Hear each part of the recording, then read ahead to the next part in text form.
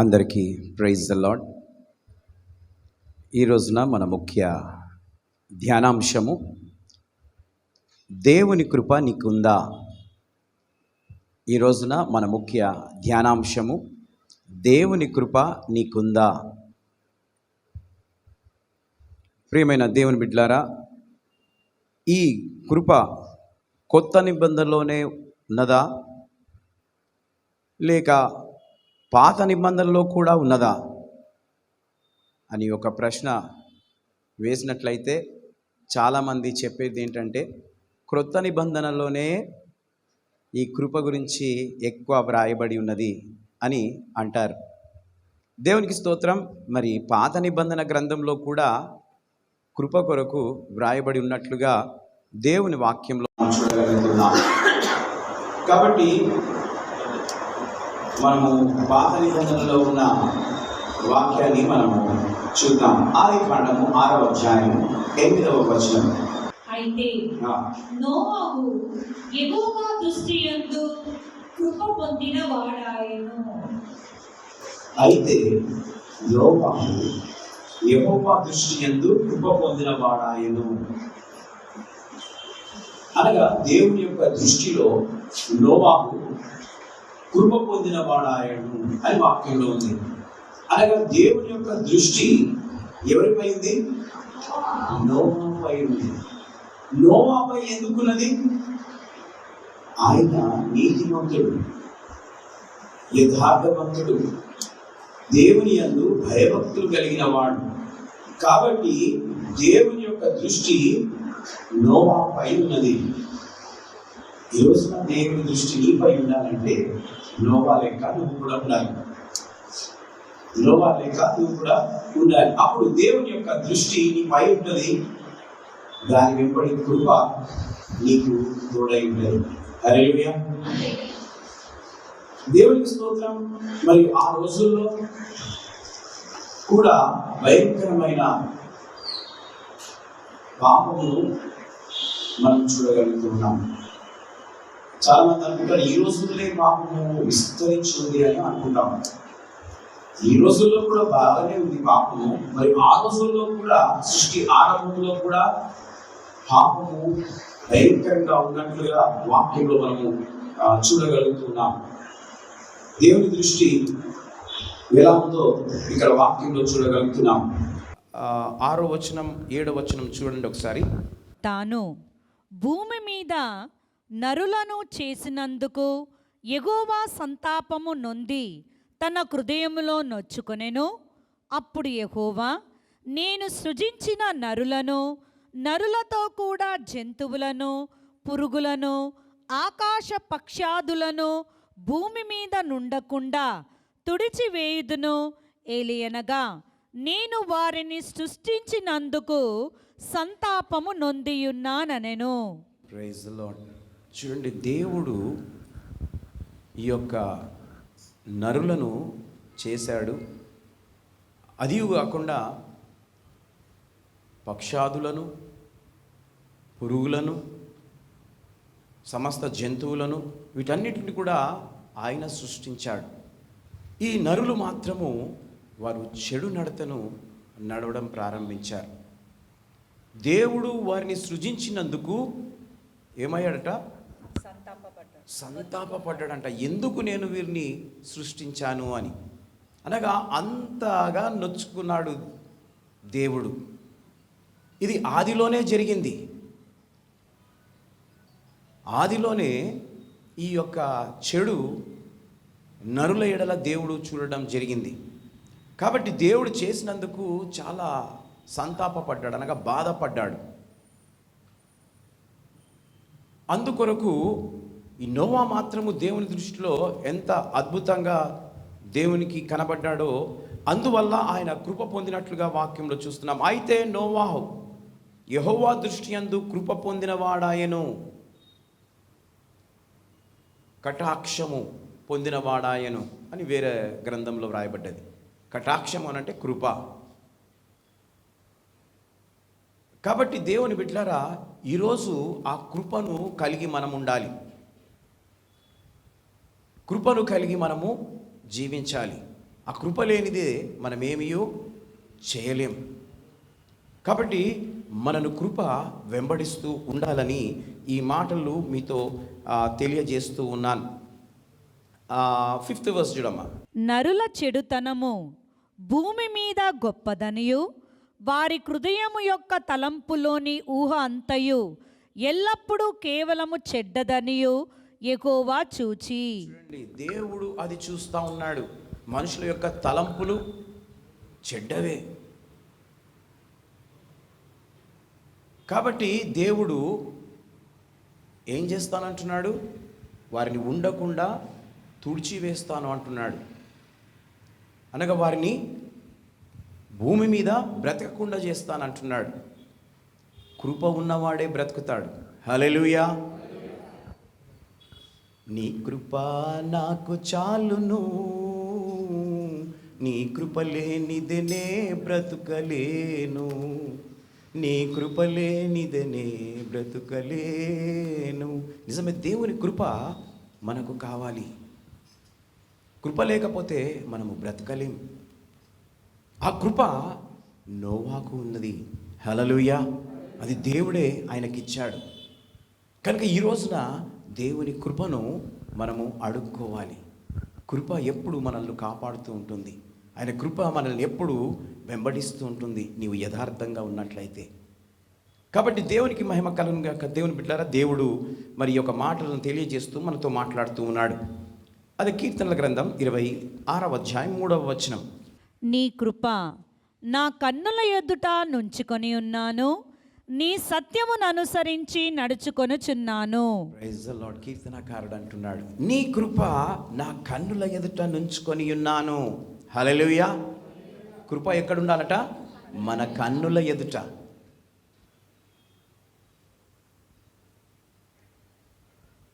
నా కృప నీకు చాలు అని అంటాడు అపోజిట్ పౌలుతో దేవుడు. అయ్యా, నాకు ఈ బాధ వచ్చింది, నాకు ఈ ముళ్ళున్నది, కాబట్టి ఇది తీసేయి అని అంటాడు. అరే, ముళ్ళుంటే ముళ్ళుండని పౌలు, నా కృప నీకు ఉంది కదా అంటే, ముళ్ళు ఉన్నా కూడా దేవుని కృప ఉంటే ఏమీ భయపడని అవసరం లేదు. హల్లెలూయా. ఈరోజు దేవుని కృప నీకున్నదా? ఒక ప్రశ్న. దేవుని కృపను కలిగి ఉన్నావా? ఒకవేళ దేవుని కృప నీవు కలిగి లేకపోతే దేవుడు ఈరోజు నీతో మాట్లాడుతూ ఉన్నాడు. దేవుని కృపను అడుగు. అయ్యా, నీ కృప నా మీద ఉంచు. ఆయన కృప నీ మీద ఉంటే నువ్వు ఎక్కడికి పోయినా, ఏది చేసినా నిన్ను ఎవ్వరూ ఏమి చేయలేరు. హల్లెలూయా. ఆ కృప నిన్ను కాపాడుతుంది. ఆ కృప నిన్ను రక్షిస్తుంది. ఆ కృప నిన్ను సర్వసత్యంలోనికి నడిపిస్తూ ఉంటుంది. కృప నీకు ఆలోచన ఇస్తుంది. కాబట్టి దేవుని బిడ్డలారా, ఈరోజు దేవుడు మరి కృప విషయమై మాట్లాడుతూ ఉన్నాడు. కృప, కనికరములు ఒకదాని వెంబడి ఒకటి నడుస్తూ ఉంటుంది. కృప ఉన్న జాగల కనికరం కూడా ఉంటుంది దేవునిది. హల్లెలూయా. కాబట్టి ఈ రోజున నీవు దేవుని యొక్క కృపను అడగాలని దేవుని వాక్యం చెప్తుంది. అదే యెషయా గ్రంథం 54వ అధ్యాయం 10వ వచనం. Isaiah 54th chapter 10th verse. పర్వతములు తొలగిపోయినను, మెట్టలు తత్తరిల్లినను, నా కృప నిన్ను విడిచిపోదు, సమాధాన విషయమై నా నిబంధన తొలగిపోదు అని నీ అందు జాలిపడు యెహోవా సెలవిచ్చుచున్నాడు. Praise the lord.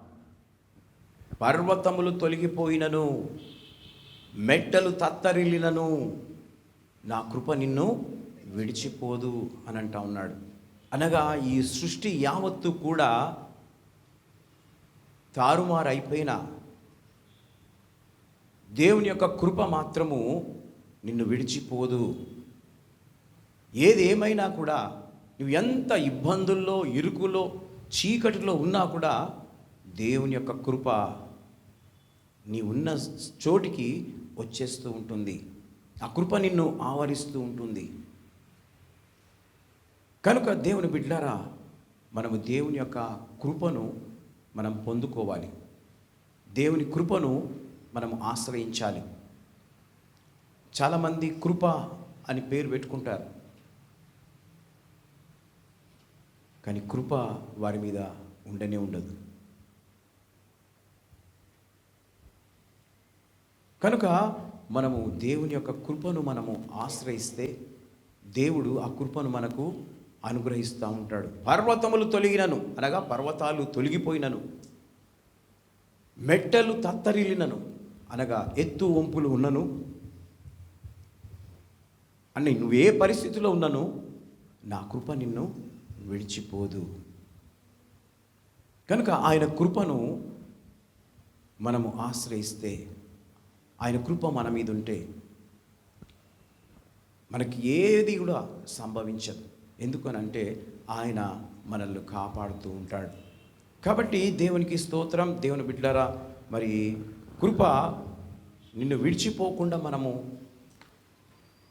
జాగ్రత్త పడాలి. కృపను మనము విడిచిపోకుండా, మనల్ని విడిచిపోతుంది కృప కూడా. కృప మనల్ని విడిచిపోతుందట ఎప్పుడు? మనము దేవుని దృష్టిలో నీతిగా బ్రతకనప్పుడు.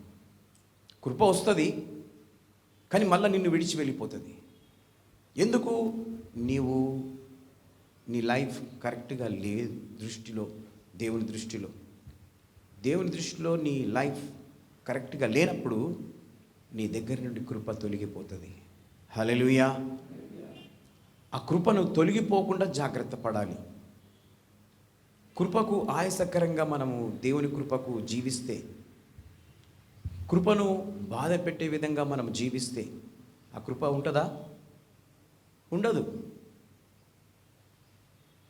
కాబట్టి మనము దేవుని కృపను ఆశ్రయిస్తూ మనము ముందుకు సాగాలని దేవుని మాటలు తెలియజేస్తూ ఉన్నాయి.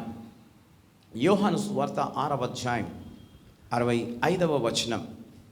John 6th chapter 65th verse. మరియు ఆయన తండ్రి చేత వానికి కృప అనుగ్రహింపబడకుంటే ఎవడోనూ నా యొద్దకు రాలేడని ఈ హేతువును బట్టి మీతో చెప్పి నేను. Praise the Lord. మరియు ఆయన తండ్రి చేత వానికి కృప అనుగ్రహింపబడకుంటే, దేవుని కృప తండ్రి చేత ఒక వ్యక్తికి అనుగ్రహింపబడకపోతే ఎవడునూ ఆయన యొద్దకు రాలేడని ఈ హేతువును బట్టి మీతో చెప్పుచున్నాను. ఎవరు కూడా దేవుని యొద్దకు రాలేరు, దేవుడు ఆయనకు కృపను ఇవ్వకపోతే. అనగా కృప చేత మనము నడిపించబడుతున్నాం దేవుని మందిరానికి. హల్లెలూయా. కృప నడిపిస్తూ ఉంది మనల్ని దేవుని మందిరానికి. ఆయన కృప లేకపోతే మనము నడిపించబడలేం. దేవుని కృప నెట్టుకుంటూ దేవుని యొక్క పరిశుద్ధ మందిరానికి నడిపిస్తూ ఉంది. నా తండ్రి కృప నా మీద లేకపోతే ఎవడునూ నా యొద్దకు రాలేడు. నిజమే దేవుని బిడ్డలారా, ఆయన కృప అంత ఉత్తమమైనది. కృప అందరూ కలిగి ఉండాలని ఈరోజు దేవుడు ఈ మాటలను మాట్లాడుతూ మనల్ని బలపరుస్తూ ఉన్నాడు, ధైర్యపరుస్తూ ఉన్నాడు. బైబిల్లో ఎస్తేర్ గ్రంథం 5వ అధ్యాయం 14వ వచనం ఒకసారి చూడండి. Esther 5th chapter 14th verse. అతని భార్య అయిన జెరుషను అతని స్నేహితులందరూ ఏబది మూరల ఎత్తుగల ఒక ఉరికొయ్య చేయించుము. దాని మీద మొర్దకై ఉరి తీయబడినట్లు రేపు నీవు రాజుతో మనవి చేయుము. తర్వాత నీవు సంతోషముగా రాజుతో కూడా విందునకు పోదువు అని అతనితో చెప్పిరి. మొర్దకై గురించి ఉరి తయారు చేయబడుతూ ఉన్నది. ఈ మొర్దకై ఎలాంటి వాడు అనంటే దేవుని కృపను పొందినవాడు. హల్లెలూయా. ఈ రోజున నీ మీద ఎవరైనా అపాయమును పన్నడానికి ఎదురు చూస్తున్నారేమో, నిన్ను ఏదో ఒక దాంట్లో ఇరికించాలని ప్రయత్నం చేస్తున్నారేమో, కానీ దేవుని యొక్క కృప నీ మీద ఉంటే నీవేమైతావు? కాపాడబడతావు. హల్లెలూయా. ఎవరైతే ఉరికొయ్యను తయారు చేయించారో అదే ఉరికొయ్య మీద అతనే ఉరివేయబడ్డాడు. హల్లెలూయా. అనగా దేవుని యొక్క కృప ఏ విధంగా మారుస్తుందో చూడండి. ఈ యొక్క మొర్దకై ఎస్తేర్ యొక్క చిన్నాన్న. ఈ ఎస్తేర్కి తల్లిదండ్రులు చనిపోతారు చిన్నగా ఉన్నప్పుడు. ఈ యొక్క ఎస్తేర్ను ఈ మొర్దకయ్యే పెంచుతాడు. ఎస్తేర్ కన్నా ముందు మొర్దకై దేవుని యందు భయభక్తులు కలిగిన వాడు, దేవుని అడుగుజాడల్లో నడిచినవాడు. కాబట్టి దేవుడు మొర్దకైతో ఉన్నాడు. ఆయన కృప ఆయన మీద పెట్టాడు. ఆ మొర్దకై ఎస్తేర్ను పెంచినప్పుడు ఎస్తేర్ను కూడా అదే మార్గంలో తాను పెంచాడు. మొర్దకై ఏ విధంగా దేవుని యందు భయభక్తులు కలిగి ఉన్నాడో తను పెంచుకున్న ఎస్తేర్ను కూడా అదే విధంగా పెంచాడు. అదే ప్రకారము ఎస్తేరు కూడా కృప పొందినదైంది. హల్లెలూయా. ఎందుకు పనికిరాని అమ్మాయి ఆ ఎస్తేర్. వారి పరిస్థితి పేద పరిస్థితి, కానీ దేవుణ్ణి వెతికింది కాబట్టి దేవుని యొక్క కృప ఆమెపై ఉన్నది. హల్లెలూయా. అక్కడ చాలామంది ధనవంతులు, చాలామంది మరి వివాహం ఆడడానికి రాజును ఎదురు చూస్తూ ఉన్నారు. కానీ ఆ అదృష్టం అందరికీ దక్కలేదు. ఎందుకంటే ఆయన కృప ఎస్తేరుపై ఉంది కాబట్టి. హల్లెలూయా. ఎస్తేరుపై దేవుని కృప ఉంది కాబట్టి ఎస్తేరే ఆ రాజు చేత ఎన్నుకోబడింది. కాబట్టి ఈరోజు నీవు ఎన్నుకోబడాలి దేవుని చేత. నీపై ఎవరుండాలి? దేవుని కృప. దేవుని కృప నీపై ఉంటే ఖచ్చితంగా దేవుడు నిన్ను ఏర్పాటు చేసుకుంటాడు. హల్లెలూయా. అందుకే వాక్యంలో ఉంది, పిలువబడిన వారు అనేకులు, ఎత్తబడేవారు కొందరే, ఏర్పరచబడిన వారు కొందరే. కాబట్టి దేవుని బిడ్డలారా, ఈ రోజున కృపలేని వారు చాలామంది ఉన్నారు. పెద్ద పెద్ద మీటింగ్స్కి చాలామంది వస్తూ ఉంటారు. అందరిపై కృప ఉండదు. వాక్యాన్ని వింటారు కానీ దేవుని కృపను ఆశ్రయించరు. వారికి ఎలా దొరుకుతుంది కృప? దేవుణ్ణి వెతకాలి, అప్పుడే ఆయన దొరుకుతాడు. హల్లెలూయా.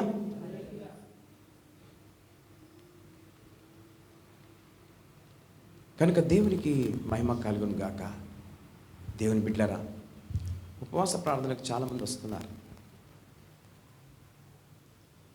దేవుడు నాకు ఒక 7-8 సార్లు వాక్యం చెప్పడానికి అవకాశాన్ని ఇచ్చాడు. వాక్యము నేను ఎక్కువ తీసుకోవడం లేదు, జస్ట్ ఒక 10-15 మినిట్స్ తీసుకుంటున్నాను. పరిశుద్ధాత్మ దేవుణ్ణి అడుగుతున్నాను, ప్రభువా, నేను చెప్పే మాటలలో నీ ఆత్మ నుంచు. నేను మాట్లాడిన కొద్ది మాటలలో పరిశుద్ధాత్మ దేవుడు ఎంత చక్కగా మాట్లాడుతున్నాడంటే అంత చక్కగా మాట్లాడుతున్నాడు. వాక్యం విన్నవారు బ్రదర్ ఎంత చక్కగా చెప్తున్నారు, ఎంత మంచిగా అర్థమవుతుందంటే అంత బాగా అర్థమవుతుంది. వేరే టైంలో అర్థమవుతుంది, వేరే టైంలో కూడా, కానీ ఈ కొద్ది సమయాల్లో మీరు చెప్పడము ఇంకా తొందరగా మాకు అర్థమవుతుంది. నిజమే, దేవునికి స్తోత్రం. దేవుని బిడ్డరా, కొందరికి అర్థమవుతుందనంటే జాగ్రత్తగా వాళ్ళు వింటున్నారు గనక, హల్లెలూయా, జాగ్రత్తగా వింటున్నారు గనక ఆ వాక్యము త్వరగా పనిచేస్తూ ఉంది, త్వరగా పనిచేస్తూ ఉంది. కనుక దేవునికి స్తోత్రం. దేవుని బిడ్డలారా, దేవుని యొక్క కృపను ఈరోజు మనం ధ్యానిస్తూ ఈ మాటలను మనము ఆలకిస్తూ ఉన్నాం. కాబట్టి మరియు ఆయన తండ్రి చేత వానికి కృప అనుగ్రహింపబడకుంటే ఎవడునో నా యొద్దకు రాలేడని ఈ హేతును బట్టి మీతో చెప్పుచున్నాను. రోమీయులకు రాసిన పత్రిక 5వ అధ్యాయం 21వ వచనం. మరియు అపరాధము విస్తరించినట్లు ధర్మశాస్త్రము ప్రవేశించెను, అయినను పాపము మరణము ఆధారము చేసుకొని ఎలాగూ ఏలెనో అలాగే నిత్య జీవము కలుగుటకై నీతి ద్వారా కృపయు మన ప్రభువైన యేసుక్రీస్తు మూలముగా ఏలు నిమిత్తము పాపమెక్కడ విస్తరించెనో అక్కడ కృప అపరిమితముగా విస్తరించెను. Praise the Lord. దేవునికి స్తోత్రం. ఆయన కృప ఏ విధంగా విస్తరిస్తుందో మనం దేవుని వాక్యంలో మనము చూడగలుగుతూ ఉన్నాం. కాబట్టి దేవునికి స్తోత్రం. దేవుని బిడ్డలారా, ఇక్కడ వాక్యంలో ఏముందనంటే మరియు అపరాధము విస్తరించినట్లు ధర్మశాస్త్రము ప్రవేశించెను. చూడండి, అపరాధము విస్తరించినట్లు ధర్మశాస్త్రము ప్రవేశించెను. అపరాధము విస్తరించినట్లు ధర్మశాస్త్రం ప్రవేశించెను. అపరాధం ఏమైందంట? ధర్మశాస్త్ర ప్రకారము విస్తరించింది. పాపము విస్తరించింది. అయితే దేవుని కృప ఏం చేస్తుంది ఇక్కడ? అయినను పాపము మరణమును ఆధారము చేసుకొని ఏలాగు ఏలెనో. చూడండి, ఈ యొక్క ధర్మశాస్త్రం ద్వారా పాపము ఆధారము చేసుకొని మనుషులను ఏలిందట. ఇప్పుడు చెప్పాను కదా, నోవా కాలంలో చెడు విస్తరించింది. దేవుడు అది చూసి సంతాపపడ్డాడు, బాధపడ్డాడు. ఈ పాత నిబంధన గ్రంథము ధర్మశాస్త్రము అని అంటారు. పాపము ఆధారము చేసుకొని అది ఏలిందట. అలాగే నిత్య జీవము కలుగుటకై నీతి ద్వారా కృపయు మన ప్రభు అయిన యేసుక్రీస్తు మూలముగా ఏలు నిమిత్తము. చూడండి, ఇక్కడ ఏం జరుగుతుంది? అలాగే నిత్య జీవం. అక్కడనేమో నిత్య జీవము లేదు. యేసుక్రీస్తు ప్రభుల వారు వచ్చిన తర్వాత నిత్య జీవం ఇవ్వడానికి నేను వచ్చాను అని అన్నాడు. హల్లెలూయా. అనగా రక్షణ కృప ద్వారా కలుగుతూ ఉంది. నిత్య జీవము దేవుడు అనుగ్రహిస్తూ ఉన్నాడు. నిత్య జీవము కలుగుటకై నీతి ద్వారా కృపయు మన ప్రభు అయిన యేసుక్రీస్తు మూలముగా ఏలు నిమిత్తము పాపం ఎక్కడ విస్తరించెనో అక్కడ కృప అపరిమితముగా విస్తరించెను. హల్లెలూయా. పాత నిబంధన గ్రంథంలో పాపము విస్తరించింది, కానీ క్రొత్త నిబంధన గ్రంథంలో కృప విస్తరించింది. హల్లెలూయా. పాపమును అణిచివేయడానికి కృప విస్తరించింది. అందుకే అంటుంటారు చాలామంది, అరే ఈ కాలము కృపకాలం కాబట్టి బతికిపోయినావు. అదే పాత నిబంధన కాలం అయి ఉంటే అప్పటిదప్పుడే దేవుని యొక్క ఉగ్రత వచ్చి చనిపోతుండేవారు.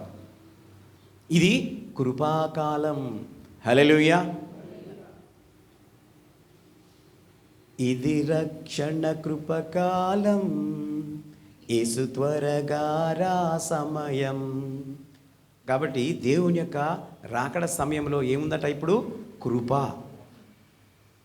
కృప ఇప్పుడు మనల్ని కాపాడుతుంది, ఏలుతుంది, దేవుని సన్నిధికి నడిపిస్తూ ఉంటుంది. కనుక మనము అందరము కృపను పొందుకోవాలి. హల్లెలూయా. మనకెవరు కావాలి? కృప కావాలి. ఈ కృప ఏ రూపంలో ఉన్నది? యేసయ్య రూపంలో ఉన్నది. యేసయ్య రూపంలో ఆ కృప మనను ఆవరిస్తూ ఉంది. అనగా ఆయన ప్రేమ, ఆయన కృప, ఆయన దయ మనల్ని ఆవరిస్తూ ఉంది.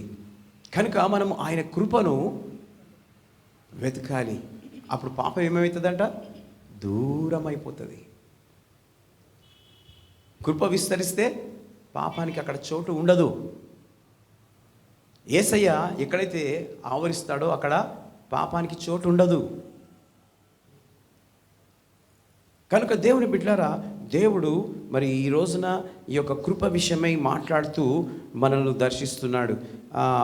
అదేవిధంగా 6th chapter 1st verse. అలాగైనా ఏమందుము? కృప విస్తరింపవలనని పాపమందు నిలిచియుందుమా? అట్లనరాదు. పాపము విషయమై చనిపోయిన మనము ఇక మీదట ఎలాగూ దానిలో జీవించెదము? అలాగైనా ఏమందుము? కృప విస్తరింపవలనని పాపమందు నిలిచియుందుమా? అరే కృప బాగుంది కదా, కృప బాగుంది కదా, ఇక మనం అట్లనే పాపం చేద్దామా? అట్లా అనుకుందామా? లేదు. మనము కృప విస్తరిస్తుందని చెప్పి మనం పాపంలో నిలిచి ఉండడానికి వీలే లేదు. ఎందుకు అని అంటే మనం పాపం విషయమై మృతి చెందాం, పాపమును చంపివేశాం. బ్యాప్టిజం తీసుకోవడం వల్ల పాపము చనిపోయింది, తిరిగి అది లేవద్దు. పాపం చనిపోయిన తర్వాత మళ్ళీ రావద్దు, మనిషిని ఆ పాపం ఆవరించొద్దు. అది చాలా ప్రయత్నం చేస్తుంది. ఎందుకంటే పాత నిబంధన గ్రంథంలో ఉంది కదా, అపరాధము జరిగింది కదా. కాబట్టి ఈ యొక్క పాపమును తిరిగి కృపను పొందుకున్న తర్వాత మనము చోటిద్దాం అని మనము ఆలోచించొద్దు. కృప రక్షిస్తుంది కదా, మనం ఆ విధంగానే తప్పు చేద్దాం అన్న ఆలోచన మన నుండి తీసివేయాలి. హల్లెలూయా. ఎప్పుడైతే అది వెళ్ళిపోతుందో అప్పుడు మనకు కృప దేవుడు ఆవరిస్తూ ఉంటాడు. కనుక ప్రియమైనటువంటి దేవుని సంగమా, దేవుని బిడ్డారా, పాపం ఎప్పుడు ఊరుకోదు. పాపం ఏం చేస్తుంది? మనిషిని పట్టుకుంటుంది. కనుక ప్రేమ దేవుని బిడ్డారా, ఈ రోజున దేవుడు ఈ యొక్క చక్కటి మాటలు మాట్లాడుతూ మనల్ని ధైర్యపరుస్తున్నాడు. మనము ఇక మీదట ఎలాగూ దానిలో జీవించదము, అనగా తప్పులో ఏ విధంగా జీవించదము, పాపంలో ఏ విధంగా జీవించదము. కృప ఉంది కదా, మనం తప్పు చేయొచ్చు, పాపం చేయొచ్చు, కృప కాపాడుతుందిలే అని అనుకోవచ్చు. లేదు, కాపాడదు. కొన్ని సార్లు అట్లా వదిలేస్తుంది కృప. సాతాను చేతిలో చిక్కుబడాలని, దేవునికి ఇంకా సమీపంగా రావాలని, సత్యాలను తెలుసుకోవాలని, గూఢమైన అర్థాలు నీకు దేవుడు తెలియజేయాలని ఆయన తెలియజేస్తాడండి. గ్రహింపలేని గూఢమైన సంగతులు తెలియజేస్తాడు. ఇర్మియా గ్రంథం 33వ అధ్యాయం 3వ వచనం. నాకు మొరపెట్టుము, నేను నీకు ఉత్తరమిచ్చెదను, నీవు గ్రహింపలేని గొప్ప సంగతులను, గూఢమైన సంగతులను నీకు తెలియజేతును. Praise the Lord. హల్లెలూయా. గొప్ప సంగతులను, గూఢమైన సంగతులను నేను నీకు తెలియజేస్తాను. నీకు అన్నీ తెలిసిన దేవుడు నీకు తెలియజేస్తాను అని అంటా ఉన్నాడు. ఎలాంటి సంగతులు అంట? గూఢమైన సంగతులు. మనకు తెలియనటువంటివి దేవుని వాక్యముల నుండి మనకు తెలియజేస్తూ మాట్లాడుతుంటాడు సేవకునితో. హల్లెలూయా. తెలియని దేవుడు తెలియజేస్తూ ఉంటాడు. కాబట్టి దేవునికి స్తోత్రం. దేవుని బిడ్డలారా, దేవుడు ఈరోజు పాపం ఎక్కడ విస్తరించెనో అక్కడ కృప అపరిమితముగా విస్తరించును.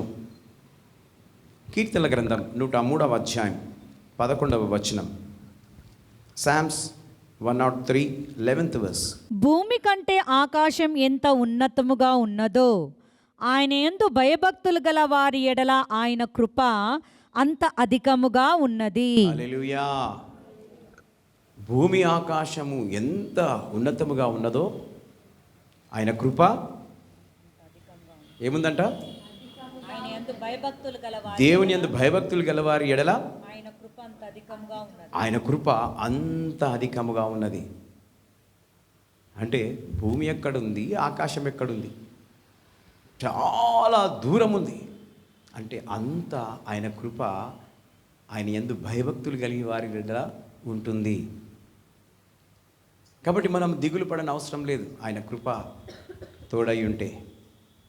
కాబట్టి దేవుని బిడ్డరా, కీర్తనకారుడు ఈ మాటలు తెలియజేస్తూ ఉన్నాడు. 17th and 18th verse.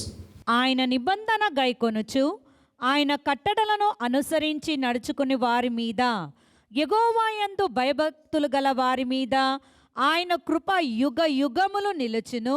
ఆయన నీతి వారికి పిల్ల పిల్ల తరమున నిలుచును. హల్లెలూయా. ఆయన కృప ఎలా ఉంటుందో దేవుడు కీర్తనాకారుడు వివరిస్తూ ఈ మాటలు తెలియజేస్తూ ఉన్నాడు. ఆయన యందు భయభక్తులు కలిగిన వారి ఎడల ఆయన కృప ఉంటుంది అని అంటా ఉన్నాడు. నా పైన ఏమున్నది? దేవుని యందు బాగానే వస్తున్నా పోతున్నా, నాకు ఏమైతలేదు అని అనుకోవచ్చు. కృప నీకున్నది. హల్లెలూయా. కృప నీకున్నది. ఈరోజు దేవుడు మాట్లాడుతున్నాడు.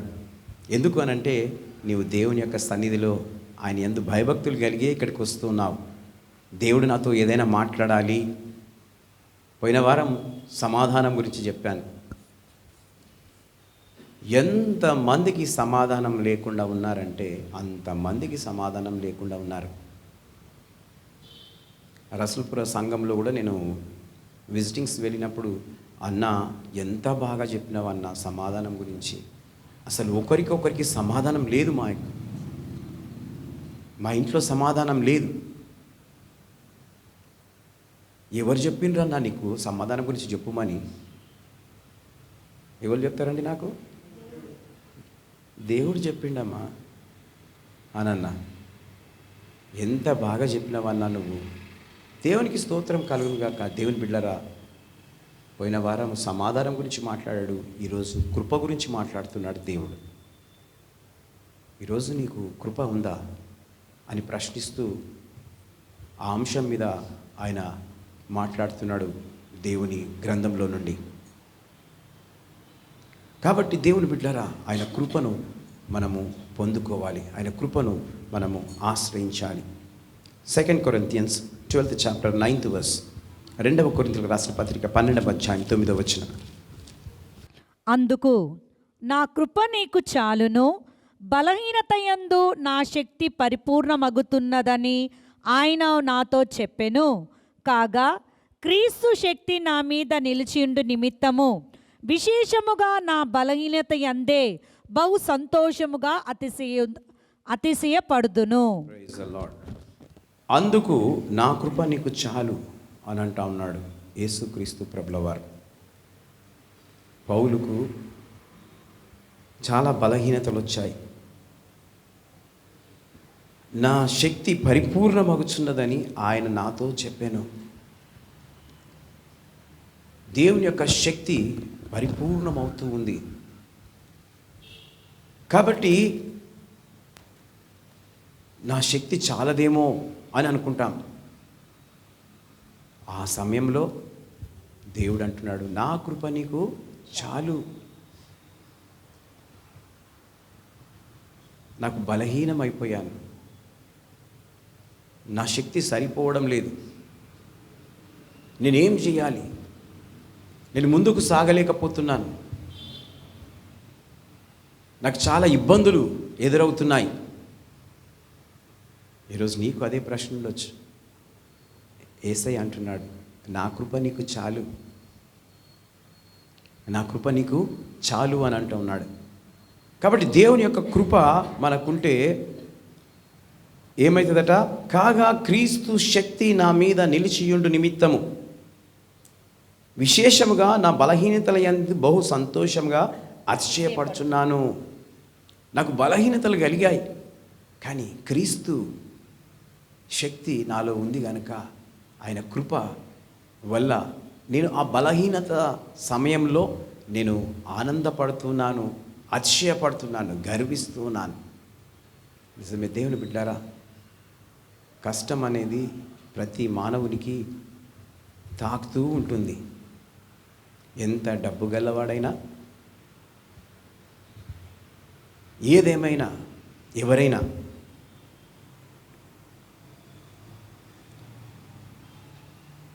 కానీ ఆ సమయంలో దేవుని కృపను ఆశ్రయిస్తూ సంతోషిస్తూ అతిశయపడాలి. ఎందుకు? దేవుని కృప నాకు తోడై ఉంది గనక.